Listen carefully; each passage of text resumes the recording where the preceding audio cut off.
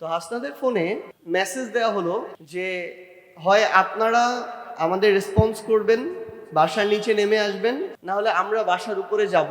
আপনারা যে বাসায় যে ফ্ল্যাটে থাকেন জানালাটা খুললে নিচে তাকালে রাস্তায় আমাদেরকে দেখতে পাবেন। তো গ্লাস খুলে আসলেই দেখি রাস্তার পাশে একটা একদম কালো কাচের হাইস গাড়ি, সেখানে তারা দাঁড়ানো, সেখান থেকে তারা কথা বলছে। আমি তোমাদের 2-4 জনের জন্য আমার প্রতিষ্ঠানের মর্যাদা ক্ষুণ্ণ হইতে দিব না, তাতে তোমরা থাকো বা না থাকো আমাদের কিছু যায় আসে না। এইভাবে ডিজিএফআই চিফ যখন বলেন তখন আমাদের কাছে জাস্ট একটা জিনিস মনে হচ্ছিল যে এই মুহূর্তে আমরা যেটা বলে এসেছি এর বাইরে বিন্দু মাত্র কিছু করা মানে হচ্ছে আমরা আমাদের যে কমিটমেন্ট, আমাদের ভাইরা যে আকাঙ্ক্ষায় রক্ত দিল, জীবন দিল, সেটার সাথে বিশ্বাসঘাতকতা। তখন আমি শুধু তাকে একটা কথা বললাম যে আপনার এখানে সক্ষমতা আছে, অসংখ্য ফোর্স আছে, আপনি চাইলে আমাদের মাত্র 2টা মানুষ টেনে হিস্ট্রে নিয়ে যেতে পারবেন, কিন্তু যাদের কাছে নিয়ে যাবেন তারা অন্তত এইটুকু বুঝতে পারবে যে আপনি আমাদেরকে কনভিন্স করতে পারেন নাই এবং আপনি ব্যর্থ হয়েছেন বলে আমাদেরকে টেনে হিস্ট্রে নিয়ে যাচ্ছেন। এবং আপনি নিয়ে যেতে পারবেন, কিন্তু যখন কথা বলবো কথা তো বের হবে আমার কণ্ঠ থেকে, আমার কলিজা থেকে। সেই কথা কি হবে সেটা আপনার নির্ধারণ করার কোনো সুযোগ নাই, সেটা আমরা ওইখানে যেটা বলার আমরা ওইটা বলবো। তা আমরা যখন এটা বলি উনি ব্যাপক ক্ষিপ্ত হন আমাদের দুইজনের উপরেই, এবং সাথে সাথে উনি ওনার কয়েকজন অফিসার সহ বের হয়ে ওই যেখানে মন্ত্রীরা ছিলেন সেই রুমে চলে যান। প্রায় আরও 18-20 জন অফিসার আমাদের সাথে ছিল, সবাই ট্রেইনড আর্মির অফিসার। তারা যে যতভাবে, কেউ একটু শান্তভাবে বলছে, ঠান্ডাভাবে, সিম্প্যাথির জায়গায়, আবার কেউ এমনভাবে বলছে এখান থেকে বের হলে আমাদের লাশ বের হবে। ডুয়েল গেম খেলা শুরু করেছে। তো পরবর্তীতে আমরা জানি না প্রায় আধা ঘন্টা ধরে এটা চলছে।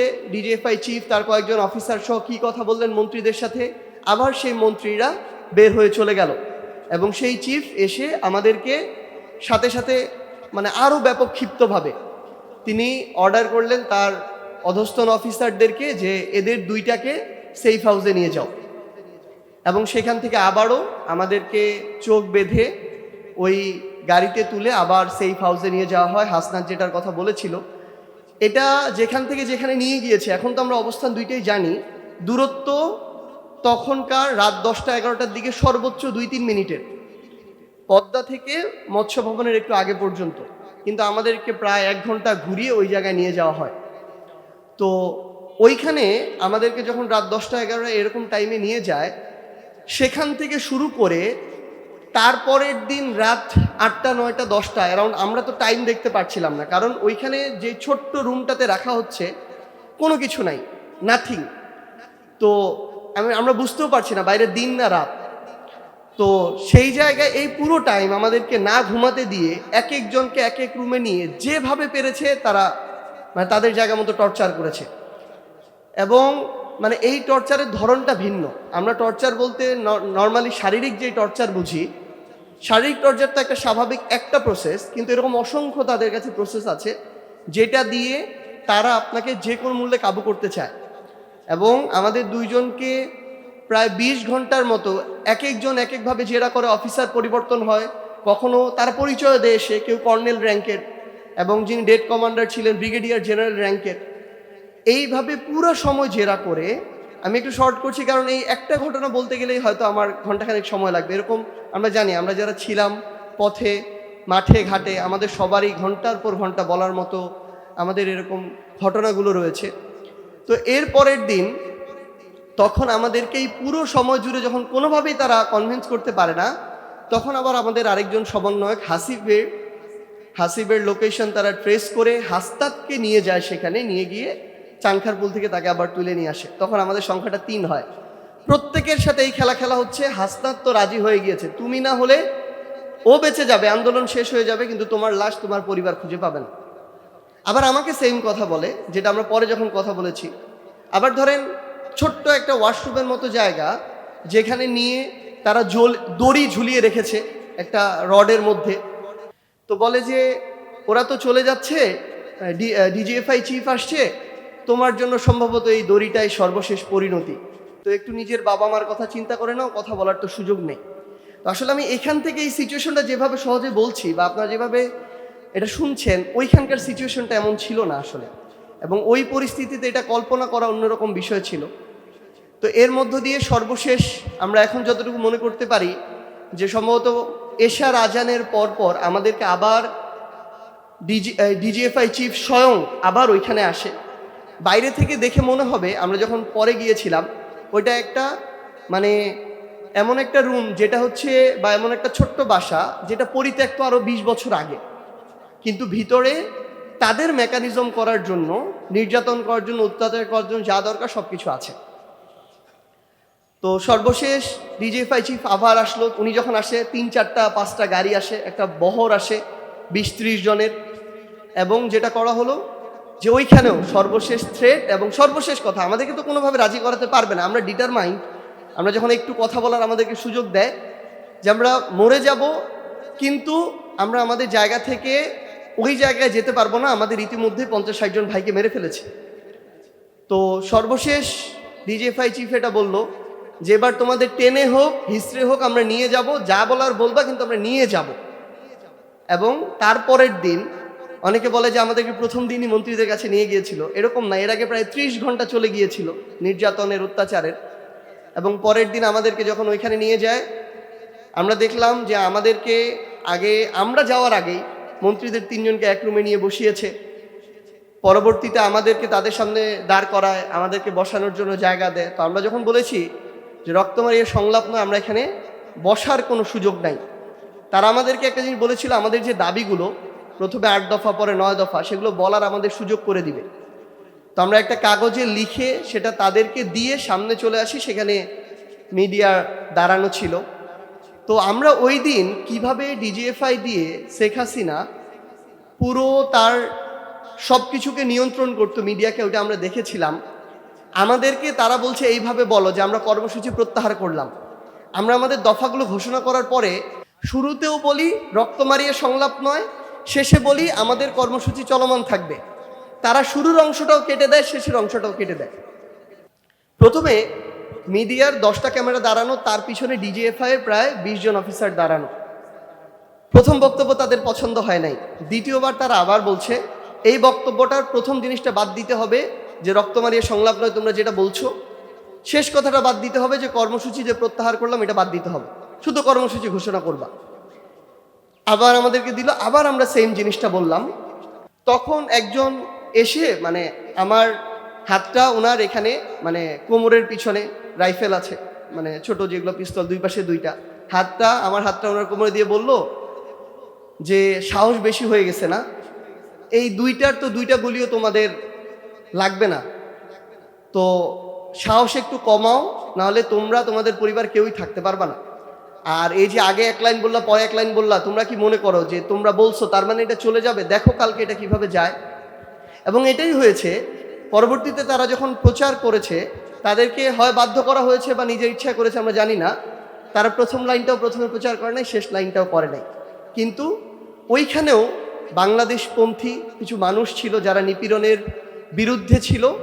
তারা ওই পূর্ণ ভিডিওটা আবার ইন্টারন্যাশনাল বিভিন্ন যারা সাংবাদিকতায় ছিলেন বা সিভিল সোসাইটি ছিলেন তাদেরকে দিয়েছিলেন। তো পরবর্তীতে এটা নিয়ে আমাদের ভিতরে বিভাজন সৃষ্টি করার তৈরি করা হয়। সেখান থেকে আমাদেরকে ক্যান্টনমেন্টে নিয়ে যাওয়া হয়, তাদের মতো করে তারা টর্চার করে, সেখান থেকে ডিবিতে নিয়ে যাওয়া হয়। প্রত্যেকটা সময় তাদের স্ক্রিপ্ট ছিল, হয়তো আমরা এই কথাগুলো কোনোদিন আমরা এগুলো হয়তো লিখবো, আমরা একটু বলবো কোনোদিন। আমাদের এখানে যারা ভাইরা আছেন, আসলে প্রত্যেকের আলাদা আলাদা স্ট্রাগল আছে। কারোটার সাথে আমি কোনোদিন কারোটা তুলনা করতে চাই না, এবং কারোটাকে ছোট বড়ও করতে চাই না। কারণ আমি মনে করি প্রত্যেকের জায়গা থেকে প্রত্যেকের যে স্ট্রাগল ছিল, অবদান ছিল, এটা একটা আরেকটার পরিপূরক। কোনোটা না হলে হয়তো আমাদের ওই 5ই অগাস্টটা হতোই না, হয়তো অসম্পূর্ণ থেকে যেত। তো এই 5ই অগাস্টের পরে আসলে এটা আমরা স্টিল অনুধাবন করি, প্রত্যেকটা পদে পদে অনুধাবন করেছি। এই যে একটা পুরো রাষ্ট্রীয় কাঠামো আমরা পরিবর্তন করব, যেটা আমরা চাই, সেটা তৈরি করার জন্য বা সেটা ভেঙে নতুনটা গড়ে তোলার জন্য আমাদের যে সক্ষমতা, যে সাংগঠনিক দক্ষতা, যে অভিজ্ঞতা, যে জনবল, কোনোটাই আসলে ছিল না। সুশৃঙ্খল একটা জিনিস থাকা, আর একটা জিনিস হঠাৎ করে, কারণ আমার যে ভাইরা এখানে হয়তো আন্দোলনে হয়তো আমাদের অনেকের চেয়ে অনেক বেশি ত্যাগ ছিল, আমি তো হয়তো এখনো জানিও না, বা তার সাথে আমার পুরো আন্দোলনে তো যোগাযোগই হয়নি। কারণ এরকম তো লক্ষ লক্ষ ভাইরা রাজপথে ছিল। তো তাদেরকে অ্যাকোমোডেট করা ওই মুহূর্তে, এটা আসলে হয়তো অনেকের জায়গা থেকে অনেক রকম মনে হতে পারে। আমরা দেখেছি, আমরা অল্প কিছু মানুষের উপরে বা এটা দ্বারা খুবই অসম্ভব ছিল। এবং আমাদের দলীয় একটা দীর্ঘ সময়ের অনাকাঙ্ক্ষিত পলিটিক্যাল কালচার, যখনই সুযোগ হয় আমরা শুধু আমাদের মতো করে আমাদের সুবিধা অনুযায়ী আমাদের মানুষটাকে চাই। অন্তর্বর্তীকালীন সরকারের সময়ে যে যার জায়গা থেকে, আমি কাউকে ছোট করব কাউকে বড় করব দরকার নেই, যে যার জায়গা থেকে এটাই চেয়েছে।